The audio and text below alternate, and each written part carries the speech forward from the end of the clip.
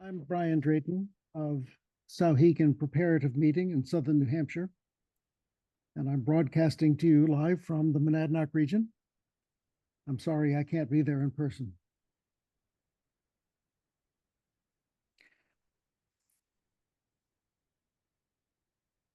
Our advanced documents tell us that Lloyd Lee Wilson has been active in the public ministry since his youth on the eastern shore of Maryland and recorded minister of the gospel in 4 different monthly meetings and has written a great deal on Quaker faith and practice.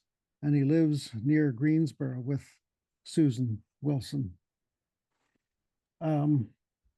Maybe that's all you really need to know, since you're about to hear what testimony he's been led to bring before you. But I was asked to say some preparatory words. And I have always been uncomfortable with the way we introduce our speakers, which tends to recite a litany of degrees and honors and functions and historical stuff like that. And more than that, I have something like a 50-year conversation going on with Lloyd Lee. So it's a little hard to know how to sort through all of that to pick out the good things for you, to help you prepare for the conversation we're about to engage in today.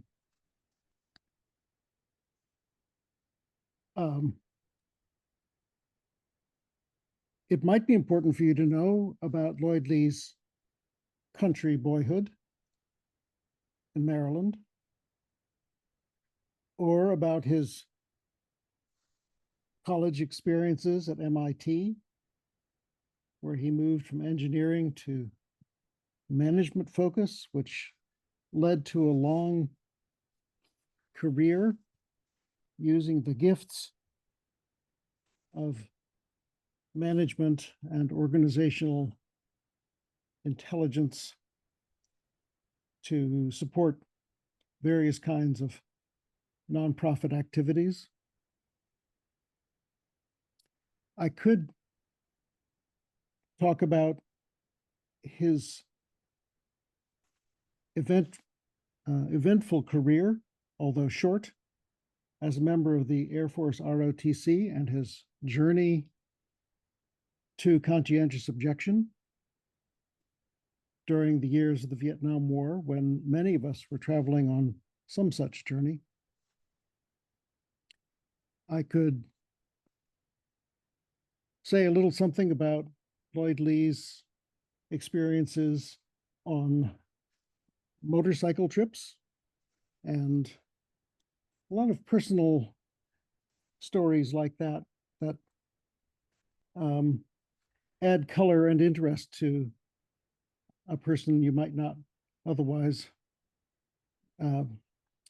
know so well just standing up at the podium there. I can say that I knew Lloyd Lee before he had a beard.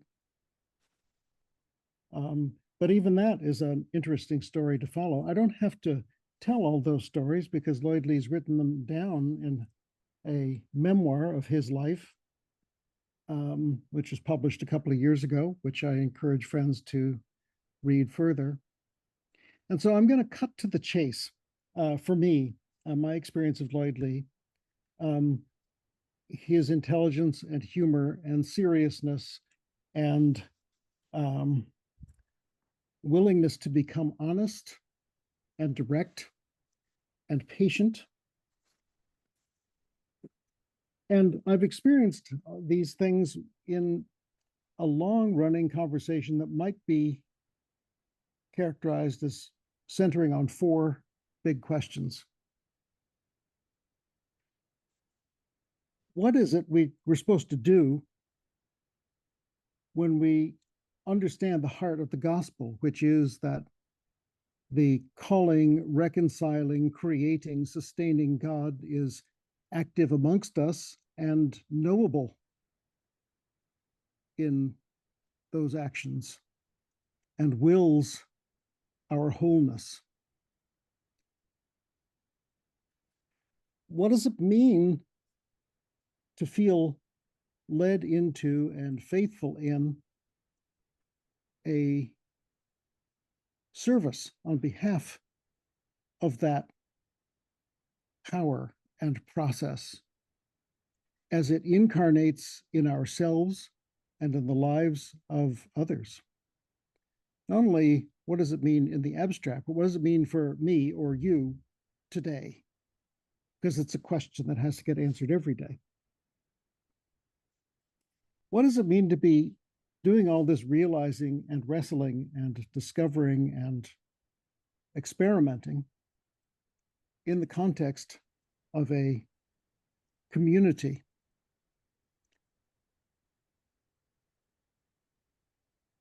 to which you are covenanted and which may itself be trying to wrestle with how to be a school of the Spirit?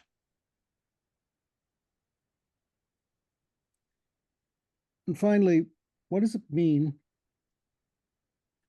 to apprentice yourself to the tradition of the Religious Society of Friends amongst all the kaleidoscope of spiritual practice that humans have discovered over the millennia? To adopt the Quaker path in all of its challenges and peculiarities and crankiness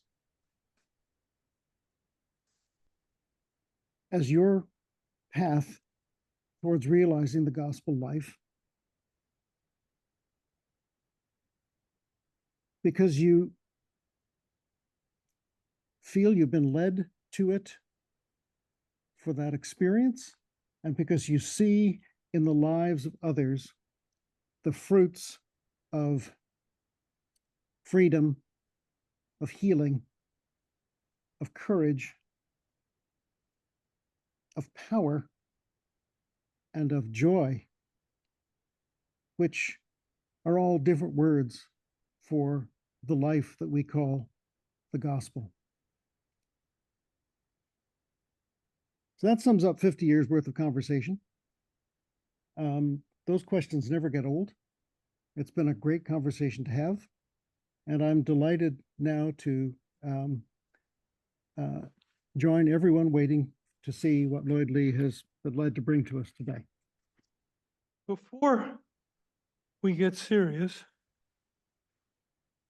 I want to share with you that through a series of events which can easily either be described as unfortunate incidences or a succession of minor miracles, my vocal cords are stuffed with the cortex, which is better for raincoats than it is for vocal cords. Other parts of my vocal system are paralyzed or otherwise impaired. So this is what you get, okay? There are seats right up front available if folks think that might be useful. But the tech support team has done a wonderful job of setting me up with this microphone and doing various sound checks, and I leave myself in their hands.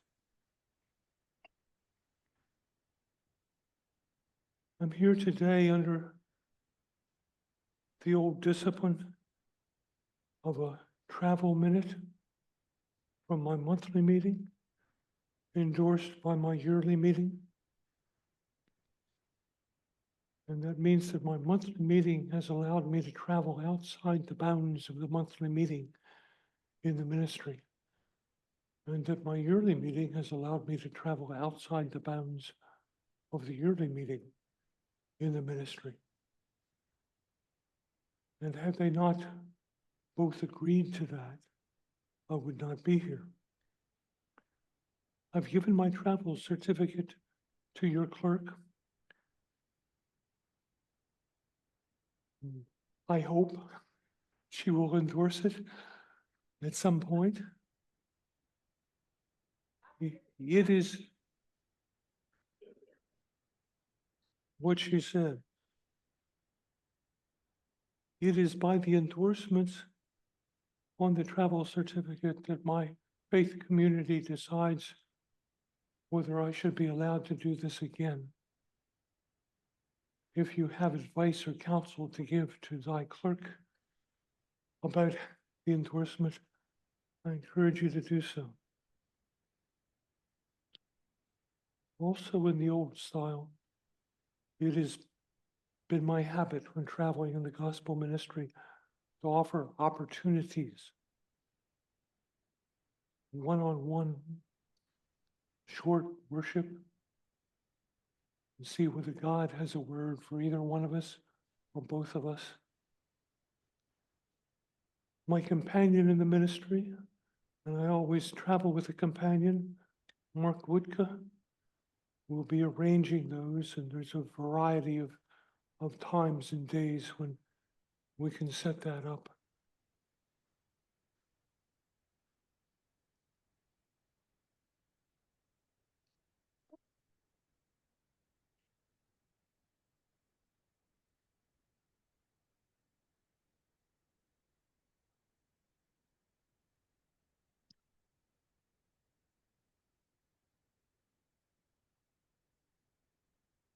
I have come back today to the starting point where I first stepped onto the Quaker path to bear witness to what I've learned on my journey.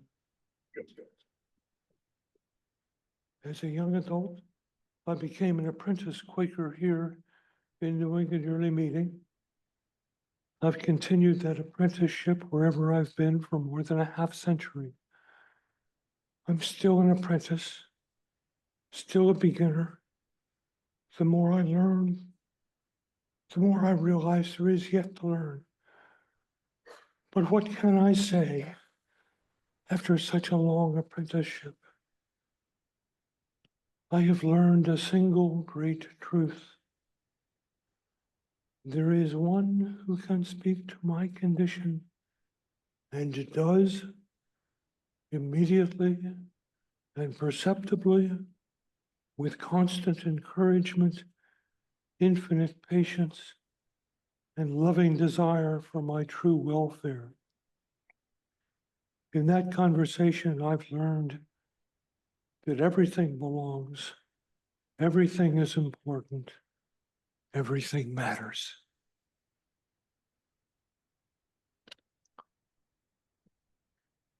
Perhaps it would help if I explained that some.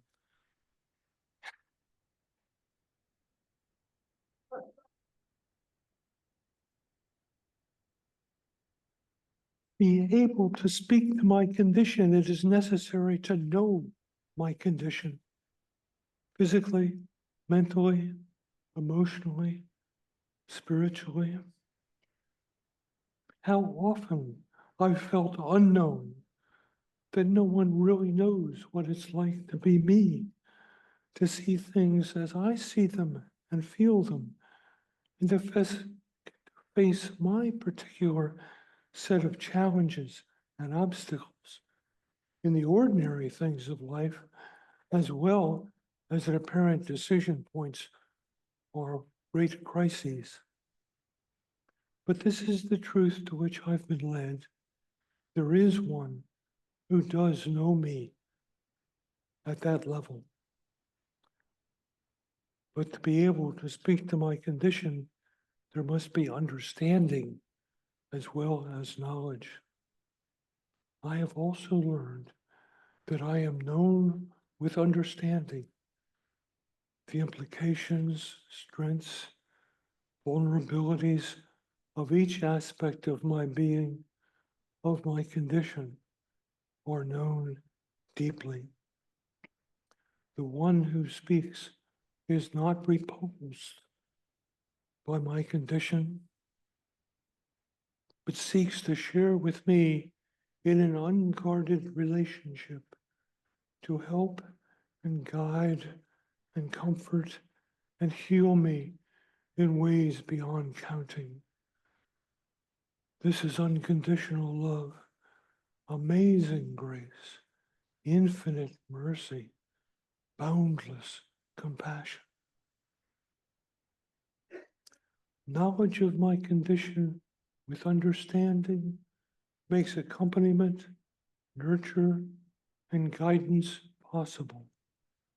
Only one who knows and understands me fully is best able to accompany me, to nurture and guide me as I encounter those challenges, opportunities, temptations, and obstacles that I face each day.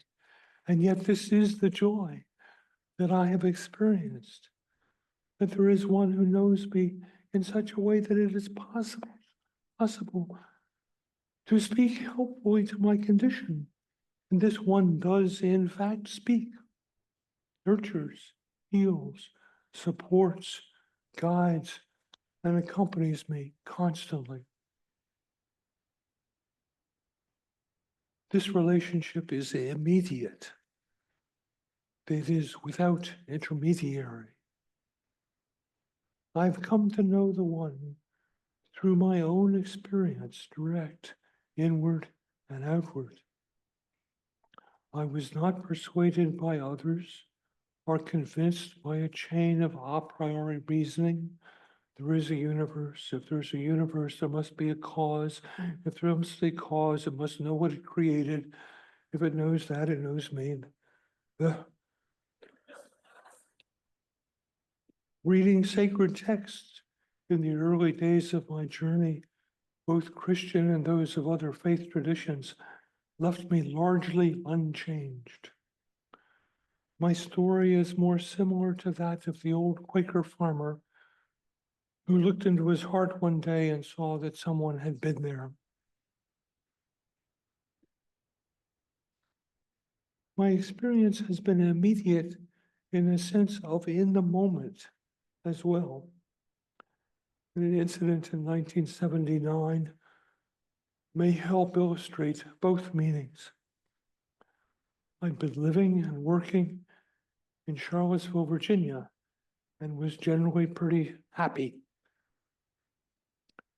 One day, I happened to see a newspaper advertisement for a job in the mountains of Southwest Virginia for a nonprofit housing provider called Project Home Repair, Inc. Well, the job itself was attractive, but I told myself I would never work for a company called Project Home Repair. Yeah. The next week, there was another ad in the paper. It was for the same housing provider, but in the interim, they changed their name to Virginia. And they were now Virginia Mountain Housing. That got my attention on several levels. One thing led to another, and I ended up driving down to that end of the state for an interview. And the board of directors offered me a job. And so I had this 160-mile drive back home, very unsure as to what I should do. I could stay in Charlottesville, and I could continue to serve as the executive director of a nonprofit regional housing transportation provider that served the very poor in the rural surrounding counties, providing affordable rides to and from work, medical appointments, and the like. Or I could move to Blacksburg and be the executive director of a nonprofit regional housing provider that served the rural poor in the surrounding counties, providing safe, decent, and affordable housing. When I added them up, the pros and cons of each seemed equal. I could not figure out what I was supposed to do. I could not see what to choose. And so on my way back over the mountains, over Afton Mountain, pulled into an overlook on the spur of the moment to try to, I needed to sit still and work this out. And surprisingly, very surprisingly, I got out of the pickup, fell to my knees in prayer, and began asking for help for clarity, for vision, for discernment. Very unusual behavior for me at that time. And what I got in response was completely unexpected. I heard a clear voice saying simply, if you can't take this job, how are you going to take the one I have in mind for you next? That's scary.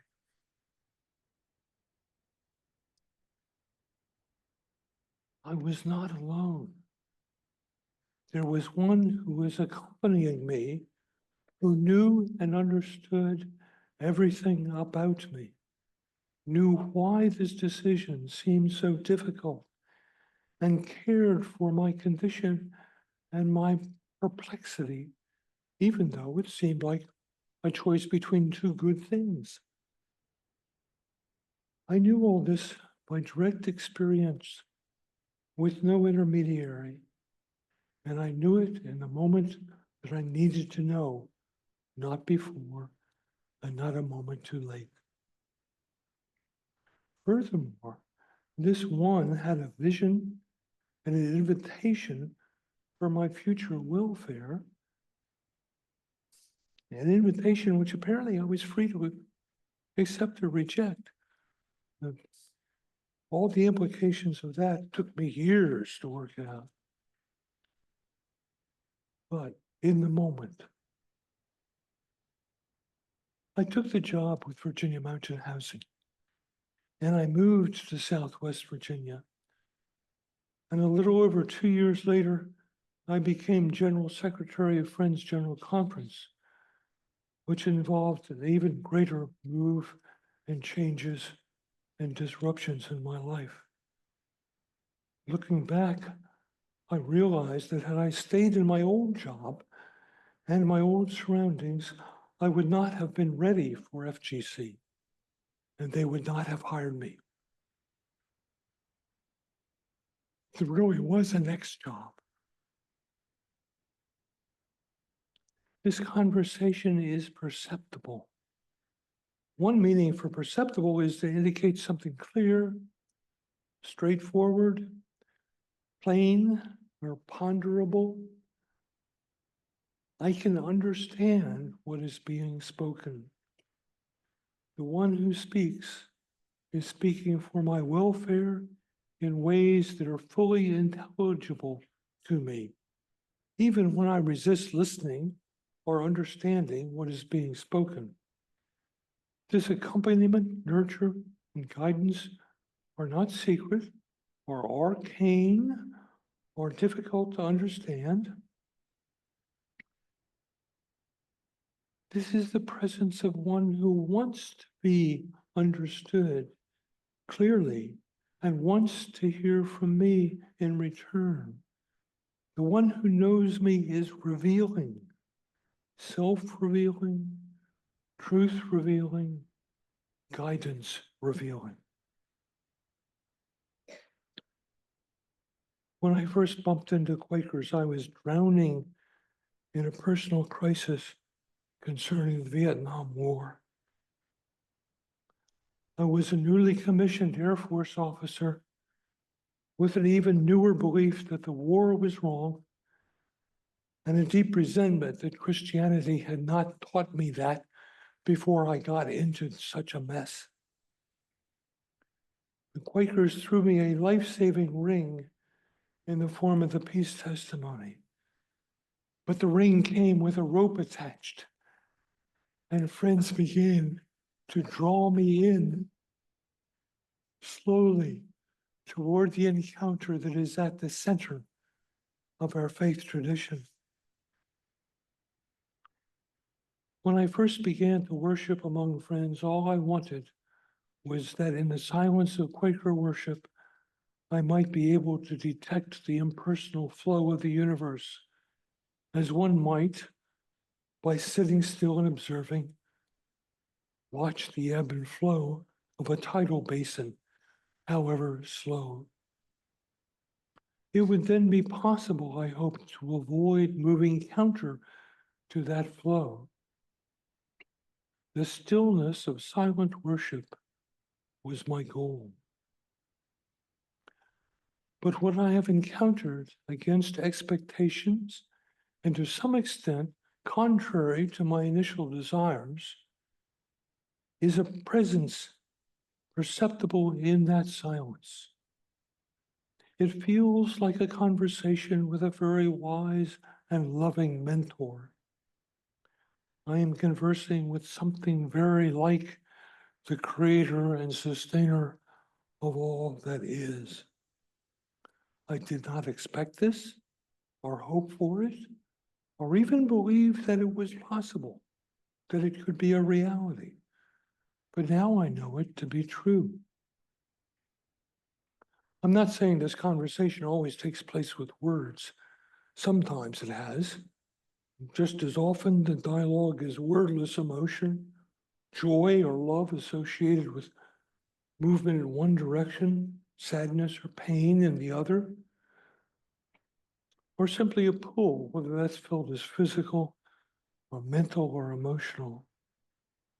At least twice, I felt the dialogue as a series of wordless urges to turn left or turn right when I'm driving, even when know that that is the wrong way to go.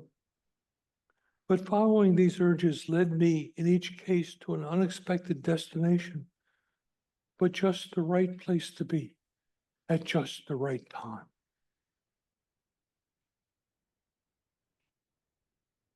This relationship, this one who speaks, calls forth three responses in me. And the first response is simply to pay attention. There is one who can speak to my attention condition and does.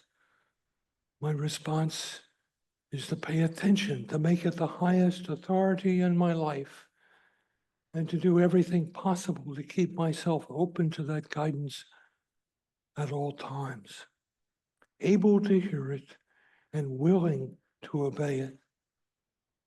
It has become, finally, irresponsible for me not to give my full attention to the one for guidance. Surrounded by the busyness and the distractions of our contemporary world, the first step of my response is a spirituality of subtraction. I ask myself of each habit, each activity, each part of my life, does this help me hear the one and free me to follow that guidance or not? If the answer is no, as it often has been, that has to be discarded, however near and dear it has been. That sounds harsh and difficult.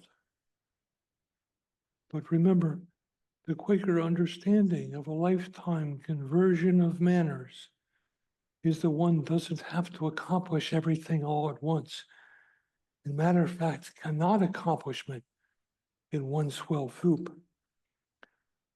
I try to find that one thing in my life that most needs subtracting and subtracted. And then tomorrow, I look for the next thing and work to see how to subtract that. But as the subtraction continues, it becomes more and more possible to hear the voice that speaks, and then more possible to listen to what I hear. Some things that I thought were important, even necessary, are now exposed as not so important or irrelevant, or are now seen as actual distractions from the true work. Other possibilities that I've never considered now loom large in my awareness as tasks that call out for me to make them my own. And as I spend more time and energy in them, I experience greater and more authentic joy and wholeness. For me, the spirituality of subtraction is the foundation of Quaker simplicity. to order my life so that I have the space and freedom to hear, listen, and respond willingly to the one who speaks to my condition. It goes by different names in different times and places. The via negativa, apophatic spirituality, single-pointed awareness, and others.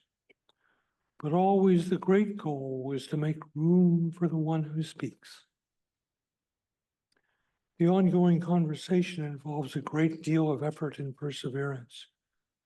The work is certainly, to paraphrase Bill Tabor, to do everything the one asks and nothing else. That turns out not to be a trivial assignment, as I instinctively shrink from the one and cling to the other just the wrong way round. Herein lies a problem.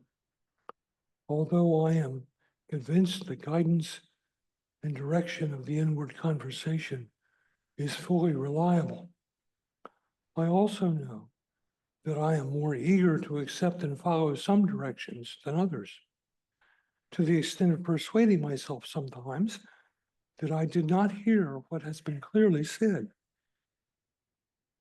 How can I protect myself against convincing me that I am hearing something entirely different from what is actually being expressed? I have learned the importance of the help of others in this discernment. To understand the one and its implications fully, my practice must include a balance of both listening and responding as an individual and corporate listening and responding in the context of a committed community. When we listen together, we detect the nuances and subtle accents of the voice of guidance and see the requirements of the path of response more clearly and unequivocally than when we rely on our own discernment alone. When we respond together, our commitment and clarity are magnified. Our actions become a greater witness to all who observe. The ongoing dialogue with the one who speaks teaches that I am not simply an individual, but an inseparable part of the entire human community, connected in vital ways to every other person on earth. Even more, I am an inseparable part of the entire creation. My welfare and that of all creation are connected and mutually reinforcing. We are a single organism that is made up of everything that we comprehend in all of creation. Every human, every animal, every plant, even those things we usually think of as not alive or never having been alive. The one who speaks yearns for a communal shalom, a mutual dance among all the parts of creation, a universe where all parts exist in harmony, where the welfare of any one part is derived from the welfare of all the other parts. Every part of creation belongs here. Every person, every rainforest, every wren serenading at breakfast time, every mosquito at dusk, every groundhog burrowing its home under our meeting house. We had 14 at last count. As Randy Woodley says, humans are the only folks who know how to keep everything balanced, how to maintain a luhe, and who have the ability to do so. That is our calling. Well, this has been a shock to me. Like many of us, I grew up thinking that I was at the center of my story. The important story was concerned with my welfare and my security. The needs and desires of other folks were important only as they affected me. most of the desirable stuff in life was ruled by an economics of scarcity. There was only so much available, and more for others meant less for me. I could assure enough for my own needs and wants only by keeping it from others. Competition ruled. It was only natural that I thought and acted this way, given where and when I was born and have lived. The problem with this perspective, of course, is that it's not true. The experiences which have spurred a new understanding in me have been sometimes hard, sometimes joyful, sometimes sorrowful, and occasionally life-threatening. Feeling the anesthetic take hold at the beginning of my brain surgery, when I did not expect to survive the operation, is an example of the latter. These experiences have changed my world. I see now that we humans are immersed in a series of overlapping communities. And if we do not behave in ways that nurture and support the health of all those communities, we shall not long survive.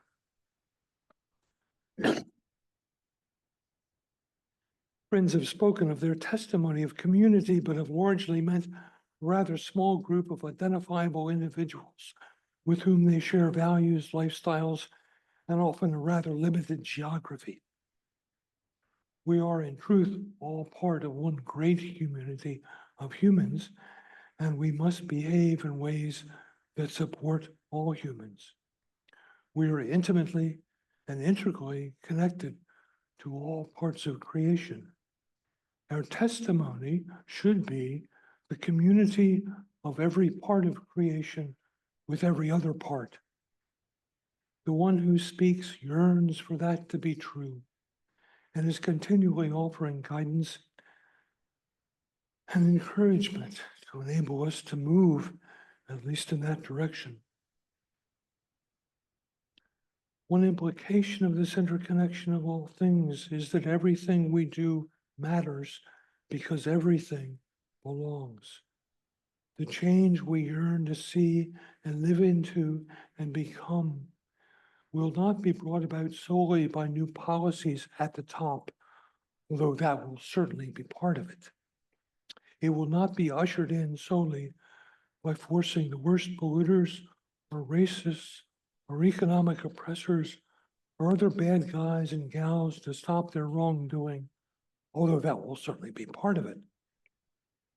If all of creation is as interconnected as we're now realizing it is, every part of it needs transformation.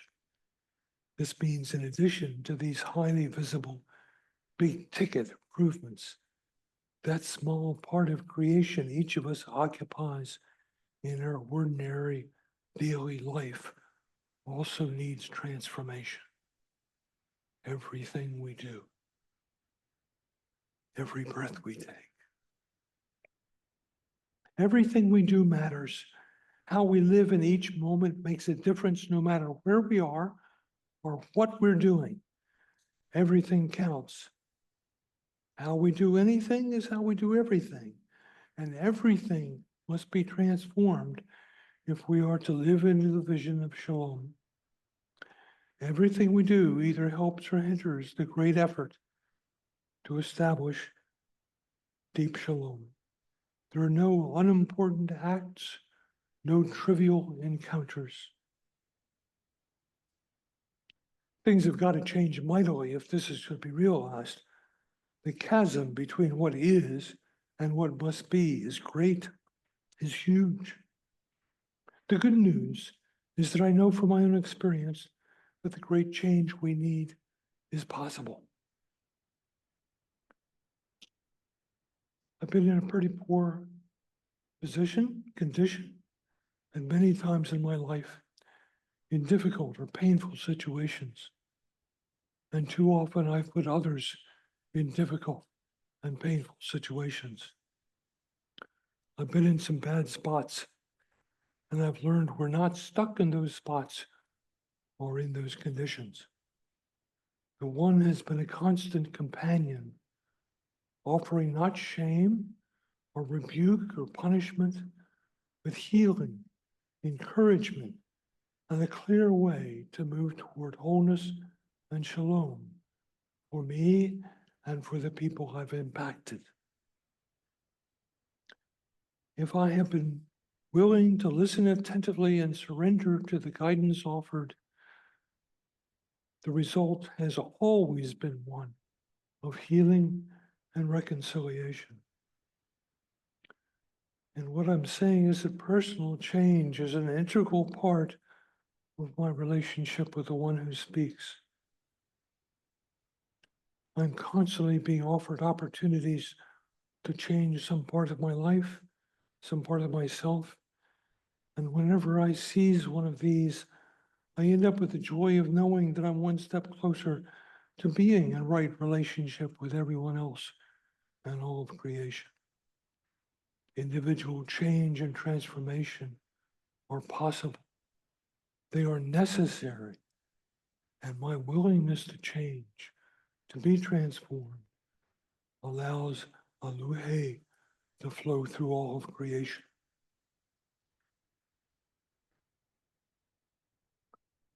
There's been no single wholesale conversion moment in my life, no come to Jesus moment. There's been an incremental process over many years. And I expect to be engaged in this work and this process for the rest of my life, subtracting what I realize is interfering with my ability to hear, listen, and obey, and replacing that interference with whatever the One instructs. As that process continues, I will see new invitations. And as I seize those opportunities, the shalom of all will increase. This is consistent with what friends have called the conversion of manners. Becoming a friend is a three-step process. And the first step is to be convicted that your old process isn't working. Whatever your spiritual path has been, the first step is to say, it's no longer adequate. Second, and sometimes separated from the first for a considerable passage of time, is the convincement that it is the Quaker path in particular to which one is called.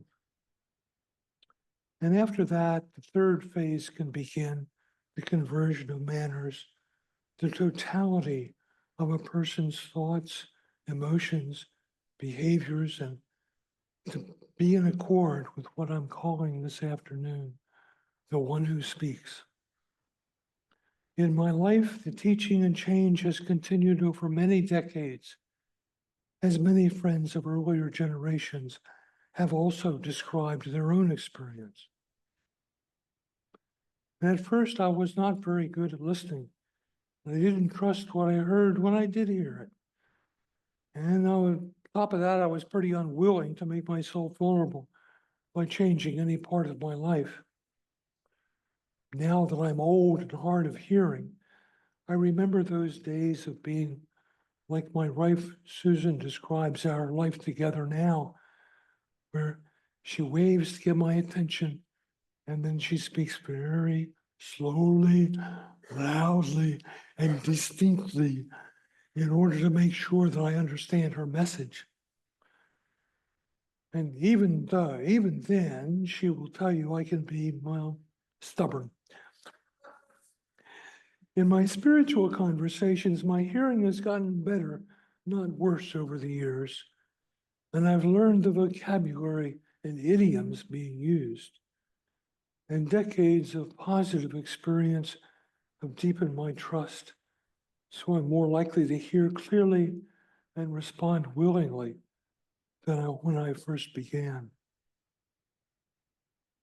Even so, the results are mixed. Sure, sometimes I hear and follow promptly, and the apparent results are just what we hoped for. And other times I don't hear or simply don't listen, and therefore don't do, with predictable results. Sometimes I do exactly what I think I'm supposed to do, and it blows up spectacularly. Whatever happens, the one who speaks understands every time, completely, is not interested in punishing me for my failures, but is always ready with a new possibility. Okay, that didn't work out. So now the thing to try is this. Give your new condition, your new situation, try this other thing.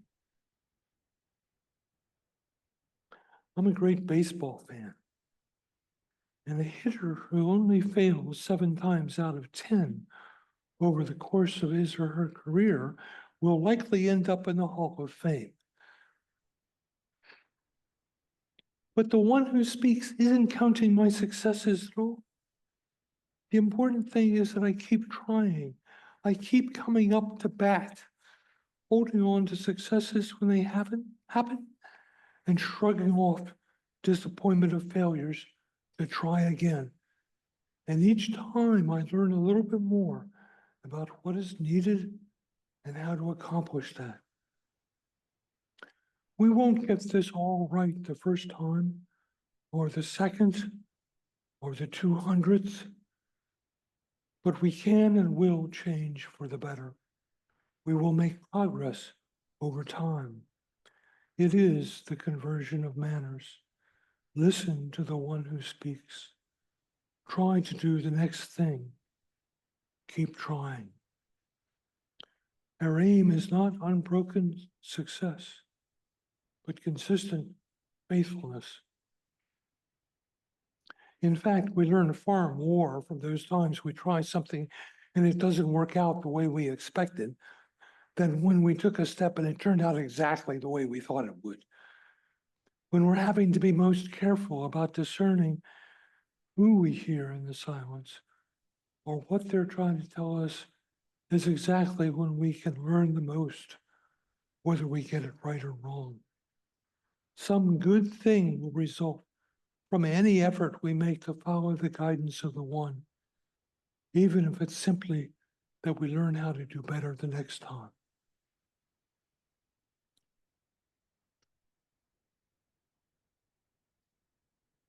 There is one who can speak to my condition and does immediately and perceptibly with constant encouragement, infinite patience, and loving desire for my true welfare.